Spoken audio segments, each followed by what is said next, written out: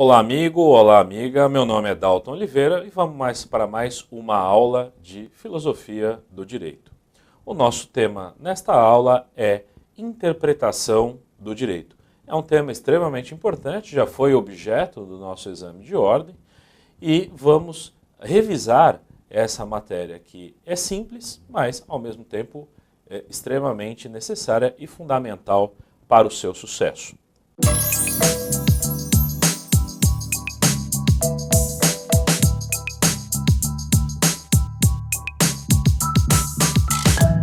Bom, vamos lá. Para nós falarmos sobre a interpretação do direito, é necessário resgatar alguns conceitos. Vamos a eles. Nós temos, em relação à hermenêutica jurídica, três conceitos fundamentais: interpretação, aplicação e integração. O que é interpretação do direito? Interpretação significa fixar o sentido, ou seja, a finalidade e alcance da norma jurídica. Ou seja, até onde vai o alcance da norma jurídica, onde ela se aplica. Num sistema positivista de matriz normativista, qual é o método preponderante? Nós temos que analisar o fato, a norma e como este fato na verdade, se aplica a esta norma ou como aplicar a norma ao fato. É o fenômeno da subsunção.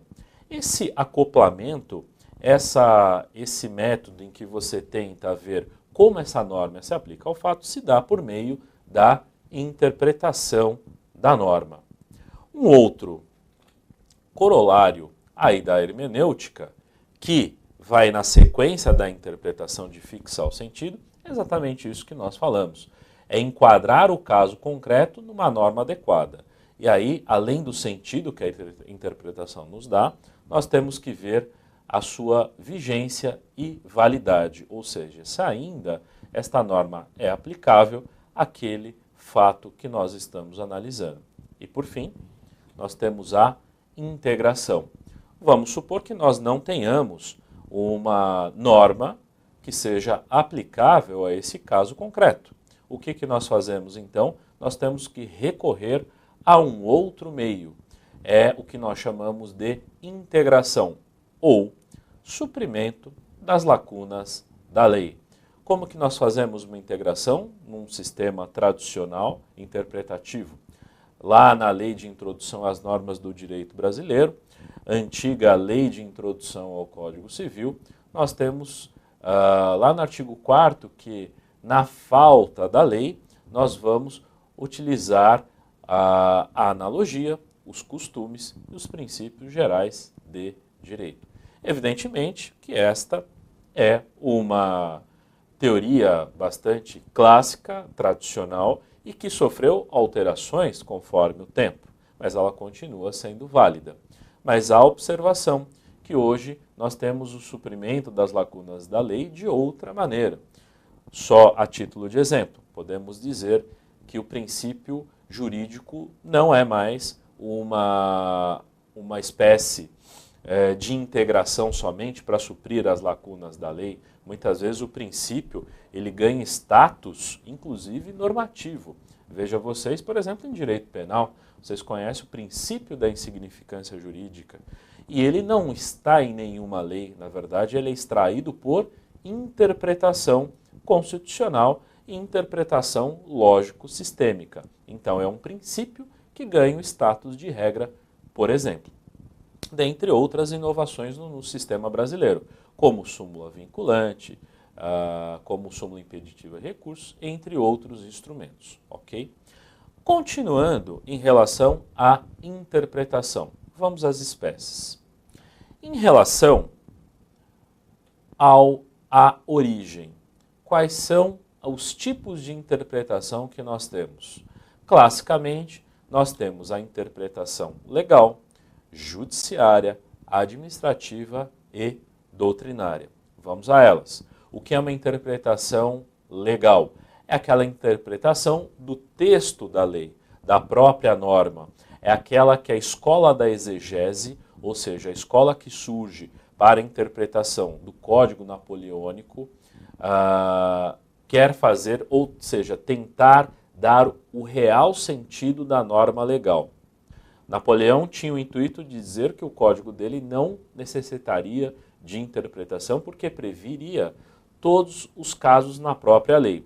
E nós sabemos que isso não é verdade. Na própria época, os intérpretes já descobriram que haviam casos surgindo que o Código Civil não contemplava. Mas você tinha o máximo de esforço para poder valer a lei. Essa é a interpretação legal. Uma segunda espécie de interpretação, segundo a origem, é a interpretação judiciária. Esta interpretação, ela é realizada pelos tribunais, pelos juízes. Quando o próprio poder judiciário dá um novo sentido a uma norma, nós temos uma interpretação judiciária. O conjunto de interpretações judiciárias, de decisões dos tribunais, forma aquilo que nós chamamos de jurisprudência. E podemos observar que hoje a interpretação do Poder Judiciário, a jurisprudência formada, se torna muitas vezes mais relevante que até a própria interpretação legal. Ou seja, num ponto de vista até do realismo jurídico, dependendo da situação do ramo do Poder Judiciário, podemos dizer que a interpretação dos tribunais superiores ou dos tribunais regionais, por exemplo, ela acaba sendo mais importante do que aquilo que está na lei. À guisa de exemplo, nós podemos falar aí da Justiça do Trabalho. Muitas vezes aquilo que a Justiça do Trabalho decide é mais importante que aquilo que está na CLT, até em razão da própria idade da legislação trabalhista. Aqueles que estão prestando para direito do trabalho na segunda fase, sabe que é muito importante o estudo das súmulas do TST e muitas vezes das orientações jurisprudenciais em conjunto com a própria legislação.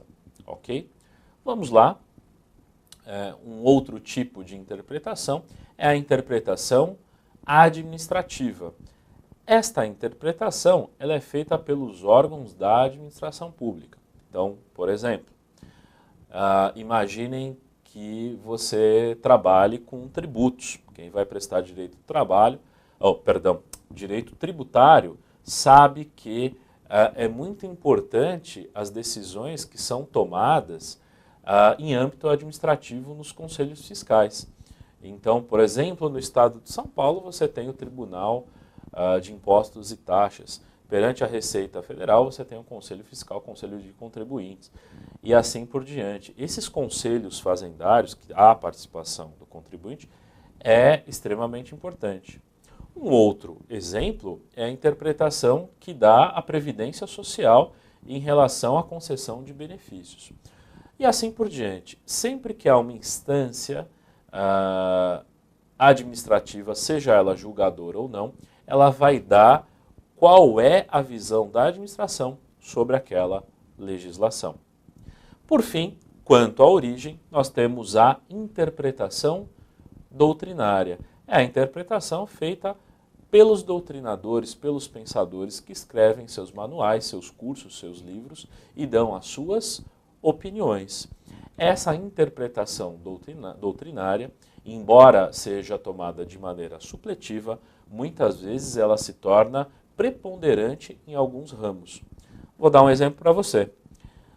Lá em direito administrativo, existe um princípio da administração consagrado, que é o princípio da superioridade do interesse público sobre o privado.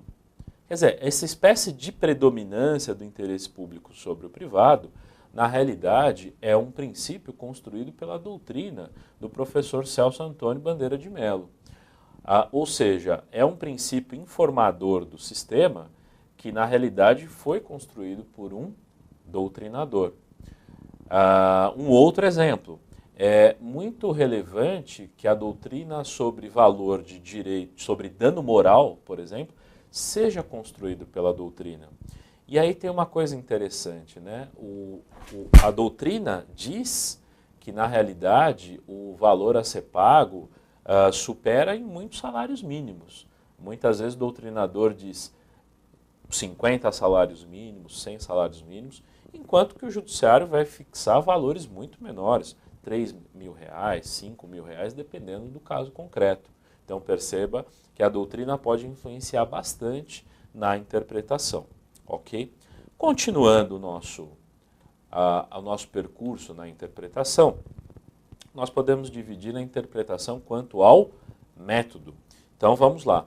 Nós temos o método gramatical, que tenta, na realidade, ver quais são as regras gramaticais da norma em questão para fixar o sentido literal, o sentido que a língua dá em relação àquela norma.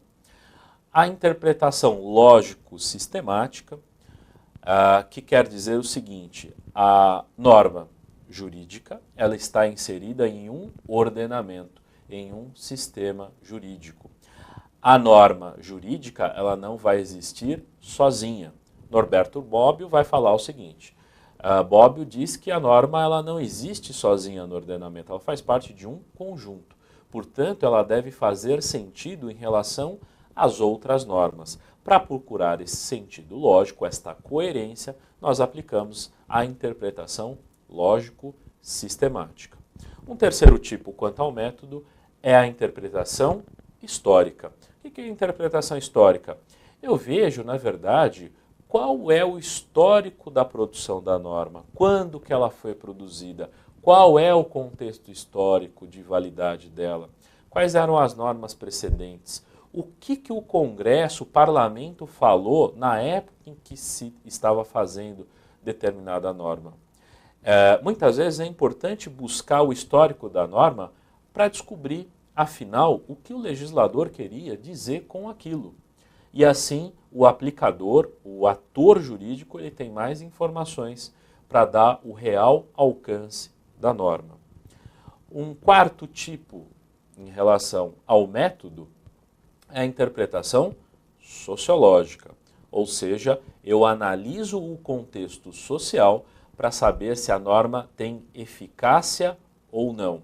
Eu preciso saber aí qual é o alcance, qual é o contexto social em que a norma se insere.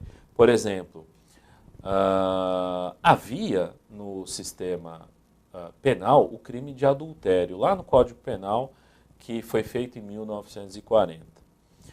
E começa a se perceber, nos anos 80, nos anos 90, que essa norma já não tinha tanta eficácia. Ou seja, você poderia até deixar de aplicar a norma, mesmo que penal, em razão de sua ineficácia social, porque a sociedade dos anos 2000, do século XXI, é diferente da sociedade de 1940. Então já não aceitava mais que a prática de adultério fosse considerada crime, embora ainda residisse como uma imoralidade. Ou seja, continua sendo uma prática imoral, ela continua estando no campo moral, mas ela já não é mais recepcionada pelo ordenamento jurídico, que não vai se preocupar com ela. E por fim, em relação ao método, nós temos a interpretação teleológica. O que significa é saber qual é a finalidade da norma. Lembrem que teleológica significa finalidade. Teleológica vem de telos, né? Aristóteles vai falar do telos da norma, qual é a finalidade da norma, para que ela serve. Então, buscar a finalidade da norma está dentro de uma interpretação teleológica. Por fim, nós temos ainda quanto aos efeitos. Quais são os efeitos que a norma pode ter? Diz a doutrina clássica. A interpretação pode ser declarativa, extensiva e restritiva. Quando que ela é declarativa? Quando ela fixa exatamente os elementos que está na norma. Ela declara qual é o alcance e quando que ela serve. Para que ela serve?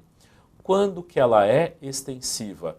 Quando eu aumento os efeitos daquela norma. Quando eu digo que aquela norma, na verdade, vale mais do que ela realmente significa. E a restritiva vem justamente ser o contrário. eu fixo elementos menores daquilo que a norma está dizendo. Eu vou dizer que, na realidade, aquela norma ela vai servir para determinadas situações e não para outras. Ou seja, eu diminuo o alcance da norma. Ok? Bom, em relação à interpretação, é isso que eu tinha a dizer para vocês, de maneira muito sintética, nesse ponto fundamental para seu exame. Eu fico à disposição para vocês. Se você gostou desta aula, eu peço que vocês compartilhem com os amigos nas redes sociais. Fico à disposição no meu site, daltonoliveira.com.br. Um grande abraço e até a próxima.